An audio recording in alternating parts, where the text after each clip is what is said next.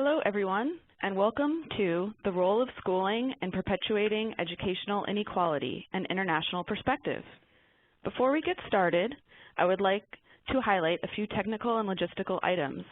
If you experience technical difficulty during the webinar, you can contact IT support via the chat box by selecting IT support from the drop-down menu on the right-hand side of your screen. If you need assistance and are joining by phone, press 00 and you will be directed to an operator who will troubleshoot your line.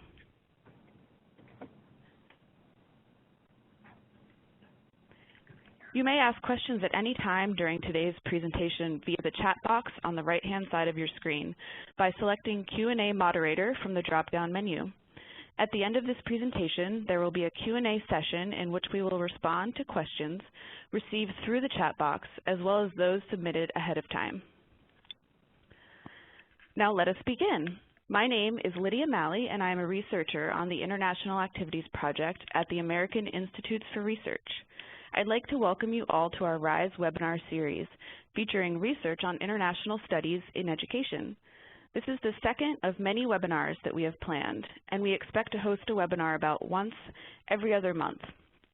At each webinar, we will feature data from one of the many large-scale international studies, with the aim of promoting discussion about how data-based evidence can be used for improving education. Comparative international studies enable the United States and other countries to learn about the variety of approaches to schooling and to identify promising practices and policies to consider implementing in schools. We will have two panelists in today's webinar. First, we will have a presentation by Dr. Bill Schmidt on his research using PISA. Dr. Schmidt is a University Distinguished Professor of Statistics and Education at Michigan State University and serves as co-director of the Education Policy Center. He has published in numerous education and scientific journals, as well as co-authored 10 books, including Why School Matters, Teacher Education Matters, and Inequality for All. His current writing and research focuses on issues of academic content in K-12 schooling, including the Common Core state standards for mathematics, assessment theory, and the effects of curriculum on academic achievement. His research is also concerned with educational policy related to mathematics, science, and testing in general. Mr. Robert Rothman will then join us as a discussant. Mr. Rothman is a senior fellow at the Alliance for Excellent Education. Previously, he was a senior editor at the Annenberg Institute for School Reform and editor of Voices in Urban Education. Mr. Rothman has written numerous reports and articles on a wide range of education issues, and he is the author of Something in Common, the Common Core Standards and the Next Chapter in American Education, as well as Measuring Up, Standards and Assessments and School Reform. He is also the editor of City Schools. He has a degree in political science from Yale University. At this time, I will turn things over to Dr. Bill Schmidt.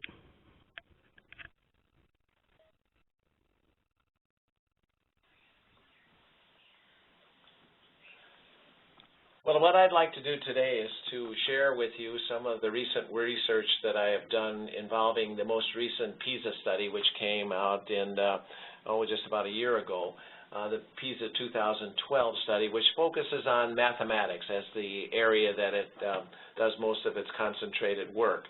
And so we know from a lot of research from the other international study, the third International Math Science, which became the Trends in Math and Science study. And we've learned from that original study, the original TIMSS, that basically that mathematical content is very important to understanding differences among countries. And some of the work that we've done since then shows that actually this is very much relevant to looking at differences within the country in performance. And this opportunity measures have come from different sources, but basically they focus on the topics to be included in a mathematics curriculum and the amount of time that's allocated to the coverage of that. In TIMSS, in PISA in 2012, there was an inclusion of measures of OTL for the very first time. PISA is different, though. There are no teacher data to be connected to the students. So our measures of OTL in that study had to focus on the student to get such indications of what kind of opportunity the students had. From that, we were able to identify what we call formal mathematics. This is an index that shows basically what is the extent, the depth of the formal mathematics, school mathematics, if you will, that the students took. This is very similar to the types of indicators that have been in the previous TIM studies. And I would just mention to you this is not the focus of this particular discussion, but basically we found that that formal math index was related to the literacy test that PISA focuses on in all of the countries, at both the individual, that is within school, and at the school level. Those relationships were all significant and sizable. On average across the OECD countries, this was about somewhere around almost a half a standard deviation of impact from formal mathematics. In the U.S., it was even quite a bit higher. Why that's important, I think, is worth mentioning quickly, and that is that PISA focuses on a literacy measure and on how the mathematics is applied. The actual mathematics involved in the problems that are on the test really focus mostly around middle school, but yet these are 15-year-olds, which in most countries are in secondary school. In the U.S., they're basically 10th graders. And so some have questioned with the new Common Core standards whether you really need that much formal math if the focus is more over literacy. Well, this study pretty clearly says yes, that formal mathematics is necessary. It is an essential part of being able to do literacy as well as school mathematics. The other thing to mention just quickly is we also had a measure, that's not the focus here, of the applied mathematics. And interestingly, given the discussions in the country right now about maybe in some cases some people advocate all math should be taught in an applied context, the study cautions because it shows that yes, there is a relationship, even controlling for the formal math, that applied math does make a difference, the amount of exposure they have to problems and so forth of this sort in their classrooms. But it only goes up to a point after which it seems to actually be harmful. It's probably a trade-off issue between formal math and applied math. So it leaves a little bit of a caution as to how much applied math should be incorporated into schooling. But the focus here really is on looking at the other index we have in PISA, which is the socioeconomic status. Our focus initially is to just show you here in this quick little analysis that SES and OTL are both related, as you would expect, to the performance on the PISA test. Since the days of Coleman, there's been this debate and continuing debate is how much is schooling, how much is home and social environment. And this analysis shows they're both important, but actually begins to suggest that it is more the schooling, it is the opportunity, the amount of mathematics they get that's really more important to their performance on the PISA literacy test. And the various models here just show that even when you put more and more variables to try to account for things, there is still a strong relationship of opportunity to learn, that is a strong variable and it has a powerful impact. And it is our best measure of schooling. For a long time, we never had a more quantifiable sort of measure of schooling, and I think opportunity provides us with that. That relationship varies across the countries. As I suggested, the OECD average is around 70 points, which is, is a sizable impact. In the U.S., it's even greater than the OECD average, but you can see across these countries it varies appreciably. But the problem we want to focus on in this discussion is not the mean, but the variance. That there is variation in performance, but importantly, there is variation in opportunity to learn. And it is our hypothesis when we began this work that it is that variation in opportunity which is related to educational inequality. Students just don't learn what they haven't been exposed to, and there's a big range in the amount of OTL variation across the countries. This display shows you the variance. This is actually the variance within each of the OECD countries and shows how that variance in opportunity varies across the countries. So there's variation, sizable within each countries, but it also, that amount varies across the countries, where a country like Belgium has a very large variation within the country in OTL opportunity, but a country like Estonia has very little variation in opportunity. And clearly what we are interested in looking at is whether that variation in opportunity is related to the inequality that is related to social class. There is variation in performance as well. It is not as large as was the variation across the countries in opportunity, but you can see that there still is some differences in variation within each of the countries and how that is across those OECD countries. The SES inequality issue is basically is usually defined, and Sean Reardon at Stanford has pointed out that more of the inequalities in this country really are related to socioeconomic than race or ethnic background, and so therefore we are focusing on that aspect of the inequality, that related to socioeconomic status. And put simply, we would hope that children of different socioeconomic, that there wouldn't be a very large gap in performance between the different socioeconomic groups. That's something that all nations of the world are concerned with. Well, what we find, which of course is what Coleman found and others have found, is SES does relate to the PISA scores. These are the estimated relationship, the size of the magnitude of the relationship of SES to PISA, and you can see that that too varies quite a bit across the countries. From countries like Mexico and Estonia, it's a very small relationship, but in other countries like France, it's a very there's a very large SES relationship to PISA scores. So this is basically what you might think of as the total inequality, the total estimated inequality due to social class. That is, that these variations in performance across the PISA scores related to the SES background of the students. So what we want to do is to see that what role does OTL play in this? Previous studies have suggested that low-income students do receive a lesser content, especially in the United States.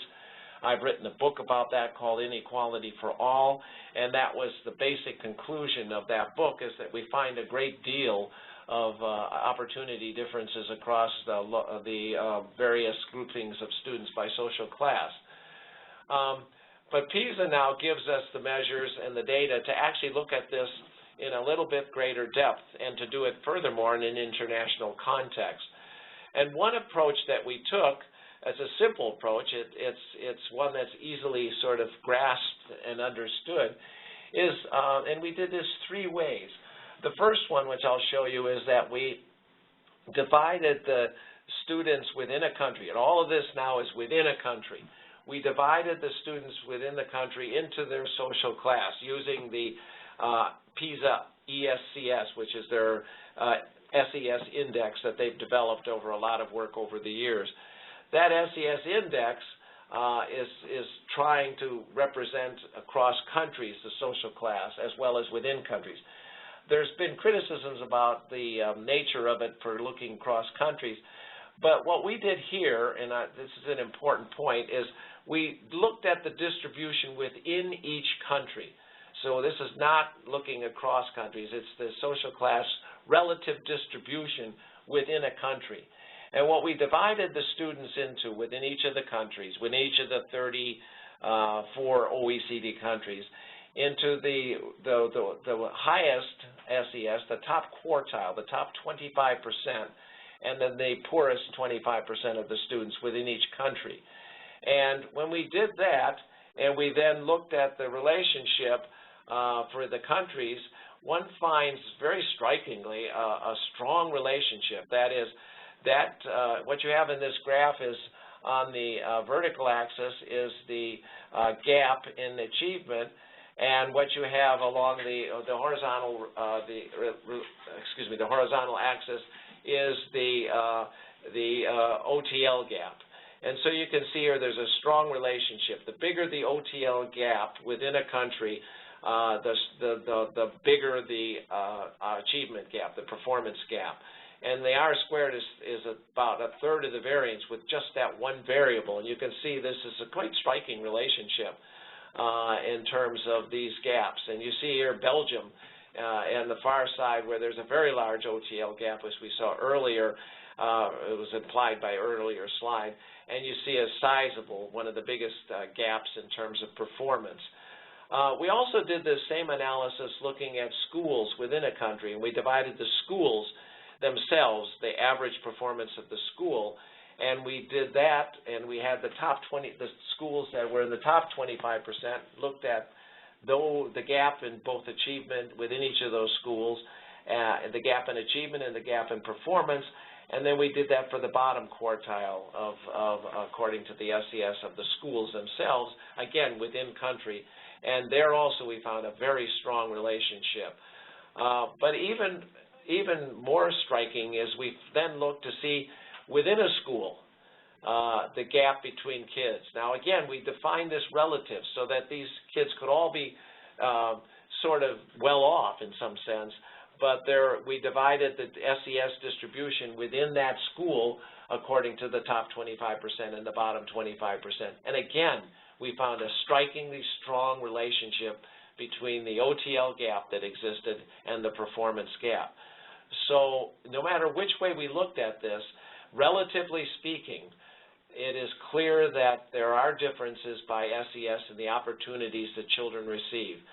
And this is I think, the most important point that I'm trying to get across to you, and this is a worldwide phenomenon. And you'll see as we go further on in this that we can characterize that even in a better way than we can here. But it's very clear that there are differences by SES in what children get to study, and that is strongly related to the gaps that various countries, our own included, ponder and try to understand and try to eliminate is these SES gaps in performance. The two are very strongly related. So that leads us to our basic model, our conceptual model of educational inequality. And this is a model that's designed to help us to understand the inequalities related to SES. We have all three of these measures available in the PISA study, and so we wanted to see the total effect of SES on student learning. Now, you saw that earlier in that one slide which showed the relationship of SES to performance. That's the total relationship. What we're positing here as an hypothesis is that there is not only a direct effect of SES, the green arrow going from SES to student learning, but there's also an indirect effect, which is that SES is related, as we just showed you through the gap analyses, is related to content coverage. That is, children of different social classes in these schools receive different exposure to important mathematics. And from all the previous studies in TIMSS and in the work that I just summarized to you earlier from PISA, we know that content coverage is related to student learning. So what we're looking here is to try to now understand that total effect and to parse it into two parts. The part that's direct, most reflective of the home, the environment, the community, and the other part, which is the indirect effect, that SES is related to content, and content is related to student learning. So we have the possibility to further understand and subdivide the total SES effect we saw earlier into two parts, that which is due to the home and that which is due to schooling.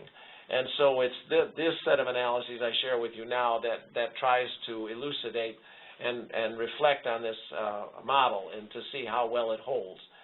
The first way to look at it is as the average of OECD countries.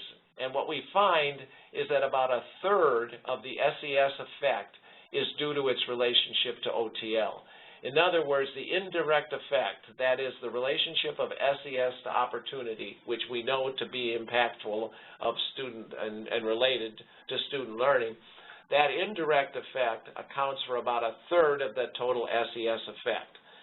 This is a striking finding because almost every nation in the world thinks of their schooling process as a means to a better life for the kids that are on the low end of the social class. It's the notion that it's the American dream, which is being challenged right now and said that they're, it's fading. It's a myth. It's no longer the reality. That if you work hard, that you can and go to school and take advantage of those opportunities, that you can have a better life, that you can move beyond your beginnings. Well, this study shows that at least across the OECD countries on average, that these nations are in fact not achieving that goal of having schooling be the level playing field, the mediator, the one that helps children to a better life. But in fact, it actually is contributing to the social class inequalities that all the nations of the world are perplexed by and constantly are trying to address. So it says that schooling plays a role here that is not what was designed. It was not the role that schooling was designed to play. And here it is by individual countries. So what you have here is this is the total effect of SES. And you'll notice just with what I said earlier, Mexico and Estonia were on the bottom and France was on the top, if you remember that earlier slide. But now it's partitioned. So now you can see that the dark blue on the top of the stack is the part that comes indirectly through its relationship to schooling. So you can see here that if you look at the United States, it's 37%, almost 40% of the total SES effect is due to the indirect relationship to schooling. So in other words, if we think about in the United States where we're constantly trying to address this issue of social class inequalities and performance, that about a third to 40% of it is basically something we can address through the way that our schools are structured and the way opportunity is allocated, because right now it's contributing that amount of impact to the total SES effect. I think it's very interesting for you. We have this image of different countries, and we have this image of the Nordic countries as being very equitable with respect to their societies. I draw your attention to Sweden. Look at Sweden and then compare it to the United States. And what you'll see there is that actually if you ignore the schooling, the yellow part, remember, is the part that comes from the home environment, there's more social class inequality in Sweden than there is in the United States when you simply focus on that which is related to the home and the background of the student. However, when you add the schooling effect, then you see the United States becoming actually slightly more than Sweden with respect to the total effect. You can look at this same display in a slightly different way, which makes this point. Here, the basic organization of the slide is in terms of the home environment, the social class inequality related to home and community. And you can then see how the schooling part distorts that relationship as it simply moves countries around depending on the amount of social class inequality that comes through schooling. And you can see that in some of these countries, like the Netherlands, it's over half of the social class inequality is derived through the schooling, not from the home and community, as is the case in even some countries that might surprise you, like Korea. Because now remember, these are 15-year-olds, they're in secondary school. Some of the earlier results in TIMSS would suggest that in places like Japan, where it's 43% here, and Korea, where it's 56%, we're much more equitable in their opportunity. But now we've moved to the secondary school where things are obviously quite different from what one was learned from the TIMSS studies around the 8th grade. So you can see here that there's quite a distortion to the general pattern of the typical argument if you're just looking at the social class inequalities as related to the home and their background. That can be quite distorted, that pattern, by this inequality that's coming through schooling. But we've treated this now so far as a total. But different countries have different structures. They have different policies that determine who gets what opportunities. They have different schools and the structure of those schoolings. In some of the countries like Austria and Germany, students are partitioned very early into different schools that are headed and destined for students' experiences going on to college versus, say, going into a trade. So it's partly important to understand these inequalities we just looked at in terms of those kinds of structural differences. And so what we did was we looked at the issue of what where the variation lies. Is it within a school, that is among students, among classrooms, among teachers? All of those things can influence the within school. Or is it between schools, that is which school you get to go to? OTL, for the most part, is a within school phenomenon. In the United States, it's like 90% of the variation in opportunity is within schools, suggesting that probably this has to do in the United States with who takes which courses. Tracking, that some children are tracked into different things. We have different courses that have the same name, but in effect have different content. There's research that points and cites this type of thing. So this inequality, this variation in OTL that's within school, now Austria only is about, slightly over 50% of it is within school. So a lot of that variation is between school, as you might expect in Switzerland as well, in Germany, the three bottom ones, because they structure their schools so differently. Then we can look at the performance, and it varies. It's not so high. It varies quite a bit, from about a third of the variation within school to 90% in, say, a place like Finland. So this all suggests that this varies quite a bit across countries. And so what we did then was to fit models both using very fancy statistical techniques which allow us to partition the variation, the total variation, into a part that's within and between. We were able to look at this in a more sophisticated way. First, here is the within school, and you can see that there is a striking relationship again here, as was the case. But here's what you see now within school. You can see that the United States has an incredibly large amount of within school variation that is attributable, the within school SES effect is attributable to the schooling element. The dark blue, again over the yellow, increases it by some almost 50% of it. And you can see for different countries here, somewhat surprising, how much of that variation that's within school is created by public policies not designed to give lower SES kids less opportunity, but probably an unintended consequence from the policies and the sorting mechanisms and the policies that do exist. So in the United States, if we are to address the issue of inequalities, SES inequalities in schools, we have focused a lot on failing schools, but in effect, this suggests we had better think very seriously about the SES inequalities related to schooling that exist within the school, that is tracking and various other sorting mechanisms which exacerbate the impact of the social class through the fact that children do not all have the same opportunities.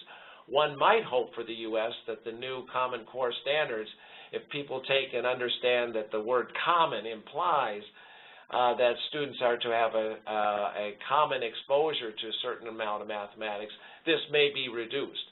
But I think this points out a very interesting issue for public policy in the United States. And just quickly, if we look at, this is now the between school, and you can see in Korea and Netherlands, it's basically a total between school, that students have to compete for which school they go to, and whichever school they go to is somehow related to social class, so that in effect, what happens in high school the social class inequality derives mostly from the fact as to which students get to go to which schools. Again, I don't believe countries have public policies that suggest the sorting of social class students by social class, but in effect, it's the consequence of the policies that they have in terms of their society. Some surprising things is to look at Japan, where you have a very, very large between school component that's attributable to schooling. That's pretty much what I wanted to suggest to you, that this kind of analysis gives us a way of looking at the SES inequality with an entirely different lens that allows us to say, yes, there are social class inequalities in all of these countries, but the nature of them, what they derive from, and in the old classic argument going back to Coleman, is it schools or is it home, that the answer to those questions vary appreciably, but that in all countries, except for very few, like Sweden is the only one in which the schooling effect was not statistically significant, you have a lot of variation here, and I think this is an area, as the moderator said earlier, where the U.S. can learn, because it's not that this has to be. There are countries that do very well here who have very small amounts of inequality related to schooling. There are others for which the inequality is very large related to the schooling. So there are ways to learn from these different countries, and I would suggest that these results, as they become public, are going to cause a lot of consternation in various countries as they struggle with what this implies about the nature of the way they have organized their schooling and the impact that it has on SES inequalities. Thank you. And now we will turn to Bob Rothman, who will give a discussion around some of these issues and his own thoughts on this. So, Bob?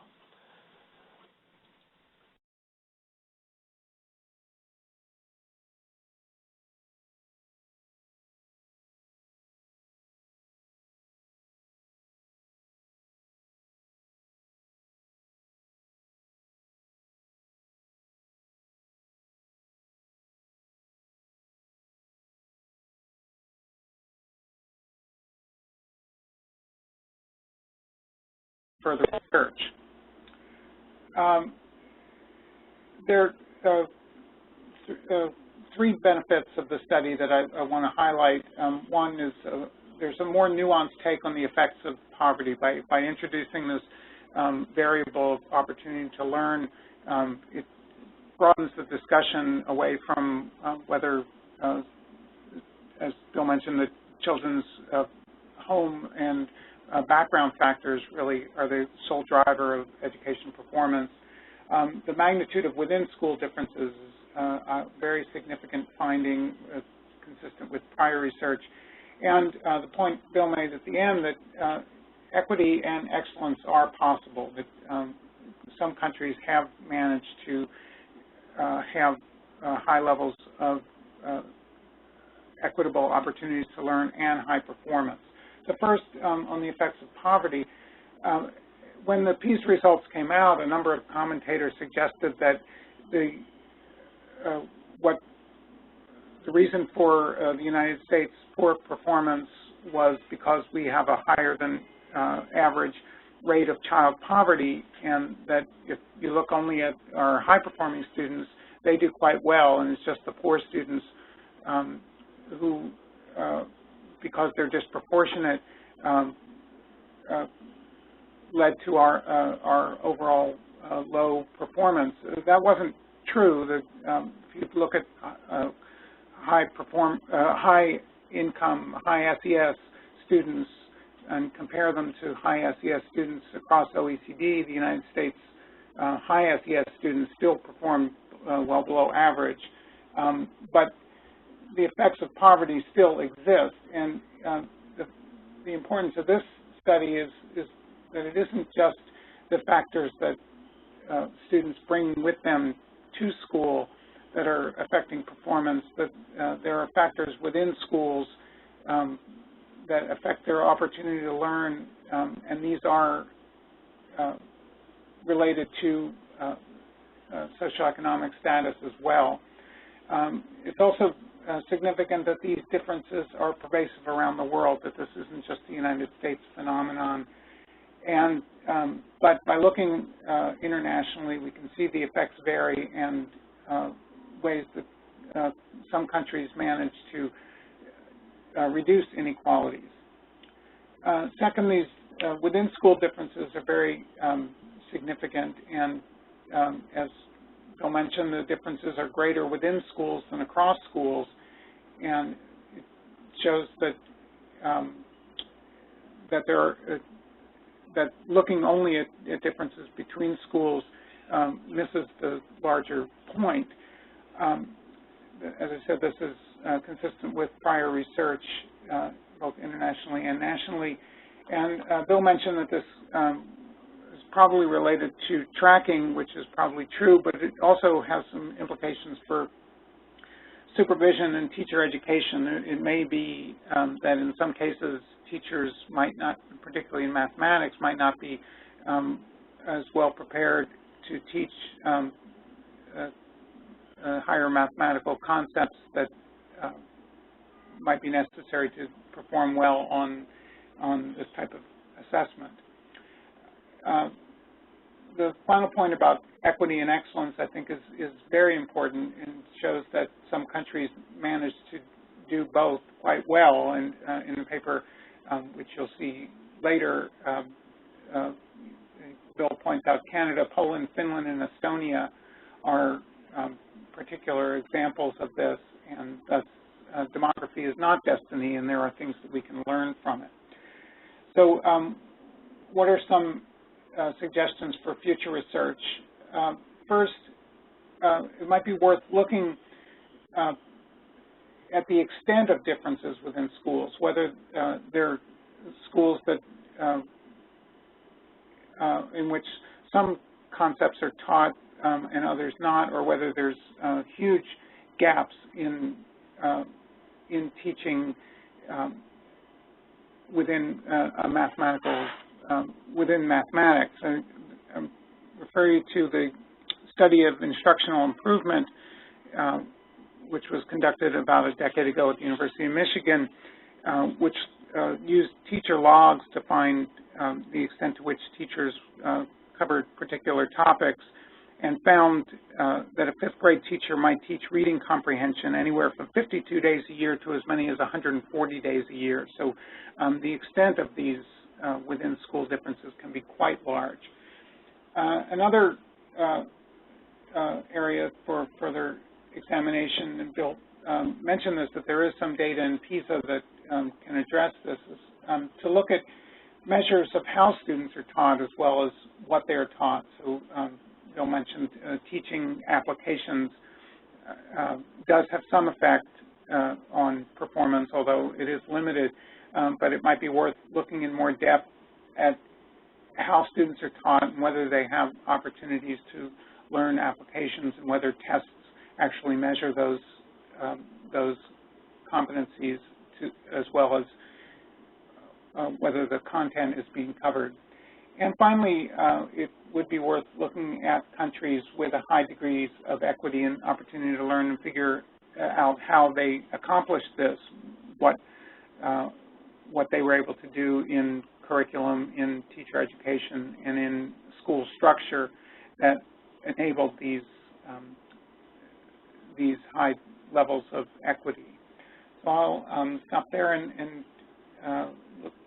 look forward to your questions. So thank you again.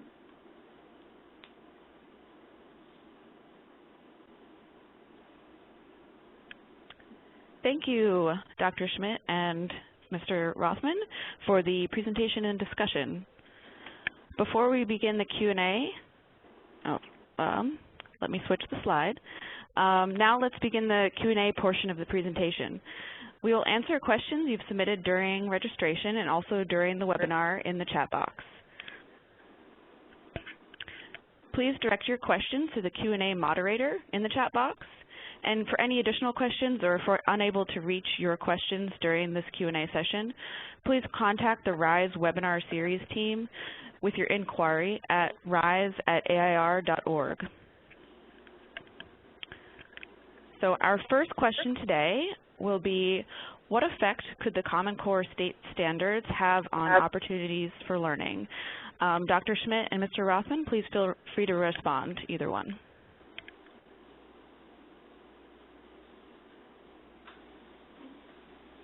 Rob, you want to go ahead?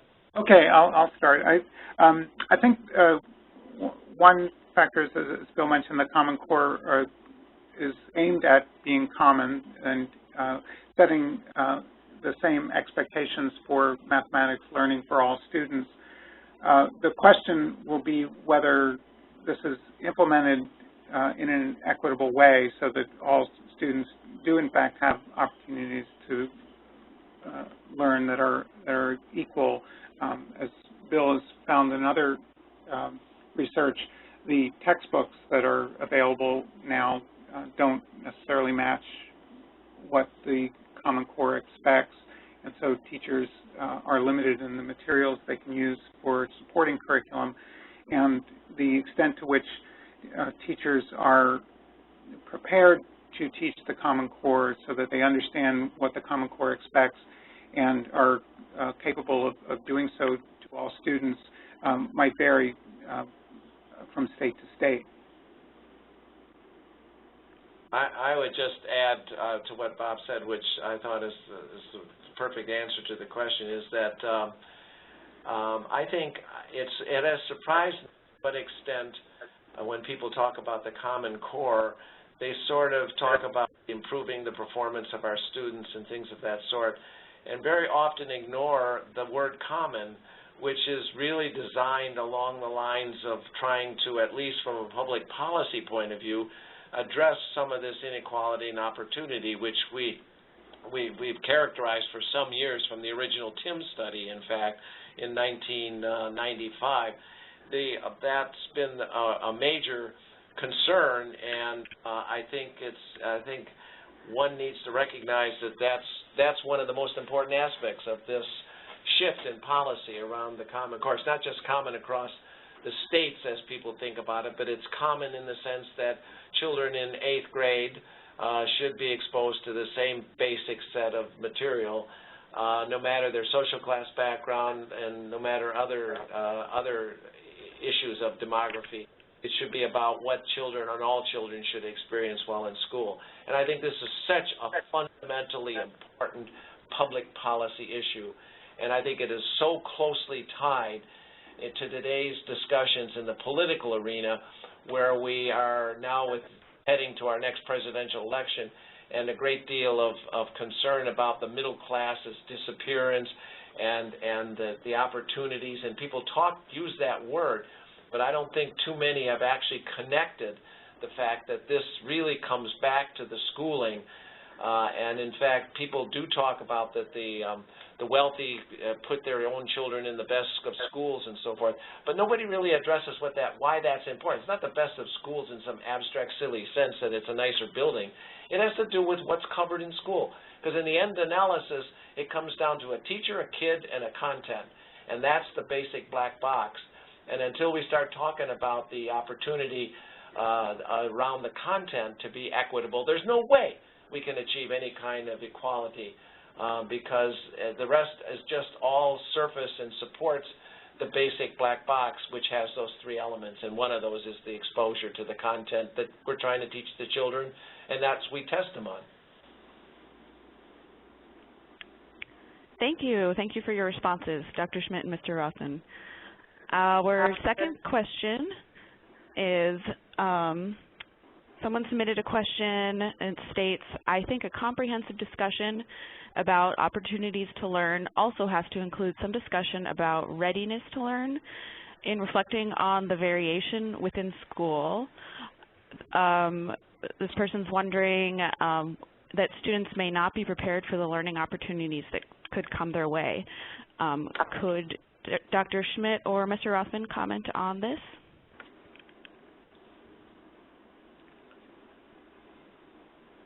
Well, I think that I'll say this. I think that that's why people have proposing, and you see that more again in even the political arena right now, that we need to think about providing equal opportunities earlier on, so that we should maybe have more formal preschool available to all children, as many of the other nations have done, so that I think it's the Netherlands, they start somewhere at about age 3. And so as to help to eliminate some of the earlier inequalities that come from home, and then build and make it more difficult to do this. But the new Common Core, I think, if done, as Bob said, and implemented properly and carefully at the earliest stage that we have, which is kindergarten, should go a long way towards helping this respect, because one of the things the new Common Core does is to limit the number of topics in the earliest of grades so that the focus could be around those basic skills and basic understandings of number that are central. And if we do that, I think it's a move in the right direction.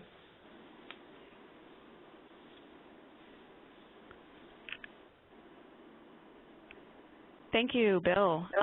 Robert, did you have any comments that you wanted to add?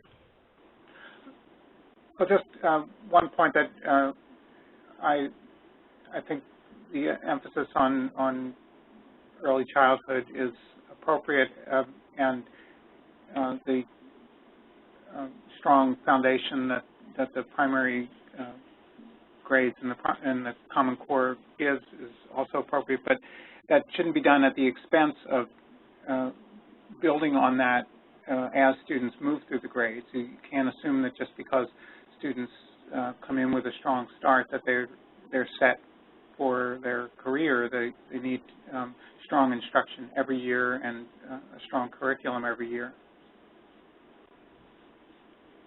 Great, thanks. So some more questions have come in.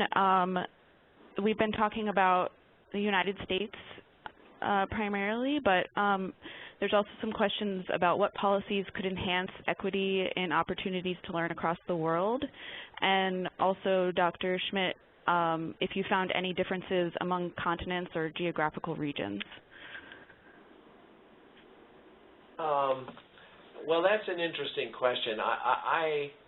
I think one has to be very careful, and I've always advocated and tried to walk that line, is to be careful about how you interpret in other countries, because you don't know enough about the intricacies of the system and the subtleties that you can read these reports that sort of summarize the structure. But there's certainly a large amount of subtlety, I think, around this issue in particular, because as I said earlier, I don't believe any nation sets up policies explicitly to make opportunities variable across SES groups. So I think these are things that happen as a consequence of other policies. And so you'd have to really deeply understand those.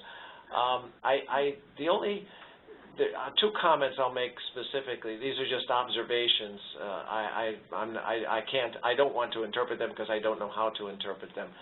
One of them is in terms of the within-school variation, the size of that within-school variation that is related to schooling, okay?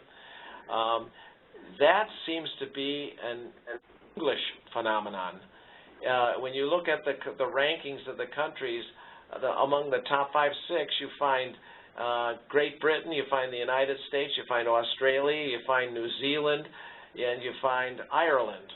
And the only one that sometimes is not included in that kind of thing is Canada.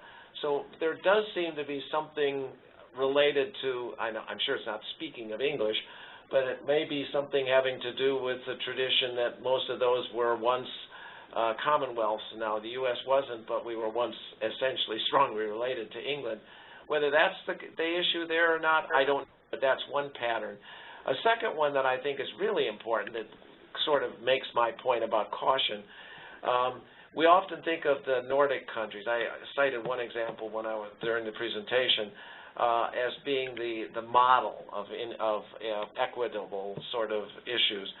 Well, it's really more complicated than that. They don't necessarily lump together in all categories. Some of the myths that we have around that, like Sweden is clear and it fits the model. But in some of these other countries, like Finland, there's a sizable inequality due to schooling. So it's much more complicated. You got to be careful with the images that we have, because this issue, I think, is just really complicated. And that's why I think these results worldwide, each nation will have to look at it and try to figure out what it means with respect to the way they've structured and organized schooling. Thanks, Dr. Schmidt. There's another question. Poverty increases developmental risks, but parents can strongly moderate these developmental risks. So are we attributing some of the variation between children who have had protective and nurturing parents and those who have not to within-school conditions?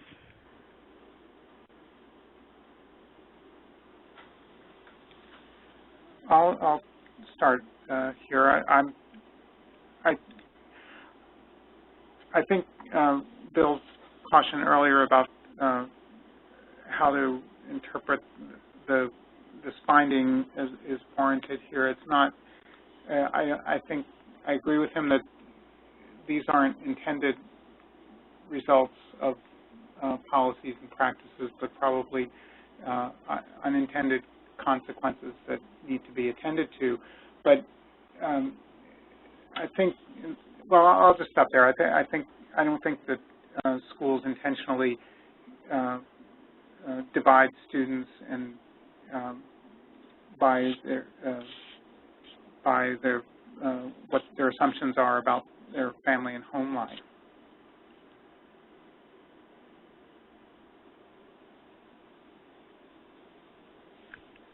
I would have nothing to add to that. I don't think the data would allow us to speak to that kind of an issue with any degree of confidence. Okay, thanks. Thank you both. Another question for Dr. Schmidt.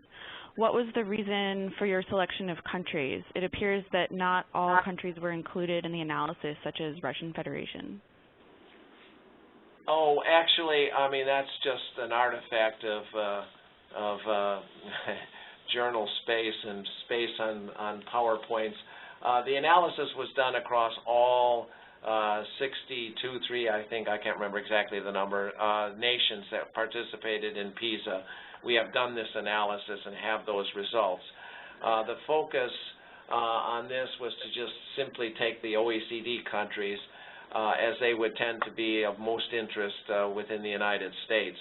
But yes, Russia, this analysis was done on Russia as well as Singapore and Malaysia and all the other countries that were involved. One thing that's kind of interesting, if you take the categorization of the OECD versus the more, as it's traditionally thought of as the more developing countries, is that the amount of overall, the total effect of social inequality, I said to you earlier, is about a third of it comes in the OECD countries, comes from the schooling. In the developing countries, it's only about 20-some%, it's about 10% less. So there's an interesting thing there, again, which I personally have not had the time to think through as to why that might be the case. So there are some interesting differences of that sort when you move to the other set of countries. Those results will ultimately become available, but right now we're just focusing on the OECD countries. For example, one of the countries that's often thought of very highly and has been one of the, the U.S. has this really sort of bizarre behavior, I think, personally, professionally, of every year we have to pick a winner, and the winner becomes our idol, and then we figure out they know all the answers and we should go there and figure out what they do. So it started with Japan, then it was Singapore, and then it's Finland. Well, these results just really sort of begin to take away some of that. I mentioned about Finland, and when you look at that second set of results, Singapore has a huge amount of inequality, and it's almost doubled by the schooling. So, there's all these little subtleties about these different countries that we sometimes think as having all the answers, and when you get to these results, you see just how complicated these issues are. Great, thank you. So I think we have time for one more question. So our final question is, what do you see the implications of this study to be for American education? And I just want to add on to that, what does this say about our emphasis on failing schools? If you could comment on those questions. Thank you. I'll take a shot at that first. Bob, jump in. I think this, the second part I think is I think this really says that how badly we need the concept of common standards to really become a reality in this country. We sit and we ponder and we have political debates saying, why is it that certain groups of our society are doing much more poorly than other kids, and we have emphasis and we have programs to address it, when in fact there's a big part of this which says it has to do with the way we design our schooling, how we sort our children, and how we put children into different bins and then give them different exposure to different mathematics. And I think that just is a powerful message to our society that if we want to address these inequalities, then we should stop standing there wringing our hands and inventing myths about how this is going to be greatly improved, and we simply work at the hard reality of making sure all children do get those opportunities. And that might mean inequality of resources because certain children, because of their demography, because of their home environment that they come to school in, might need more resources to make this a reality. I think those are the issues that we need to confront. And focusing on failing schools may miss, it seems to from the data, where the real issue lies, which is what we do with kids inside the school and how we decide to sort some of them. And in today's world, we did a study and we looked at transcripts. And what we found was, you know, for a while in the U.S. system in high school, there was the general program, the college-bound program, and the technical program. And that sort of has disappeared in some sense. And what it's replaced by, what we found from the data that we analyzed, it's like there are hundreds of tracks, each one sort of concocted for an individual kid or a small set of kids, many of which don't even make any sense mathematically in the order and the sequence of what's been put together. So I think until we address those issues, I see that we will continue to sit and wring our hands and figure out how do we eliminate some of these inequalities. I would agree with all of that, and just to add one point, which is that Bill mentioned earlier that there's been this black box of what happens inside the classroom, and I think just focusing on the outcomes and test scores, we miss what's inside the black box, which has a big effect on what produces those test scores. So we need, in improving schools and improving learning, we need to focus on what's actually being taught and how it's being taught, as well as what the results are. Great. Thank you. And once again, I want to thank Dr. Bill Schmidt for presenting today and Mr. Robert Rothman for a stimulating discussion. Please contact the RISE webinar series team if you have any additional questions at rise@air.org. Thank you all for joining us. This concludes today's RISE webinar on PISA.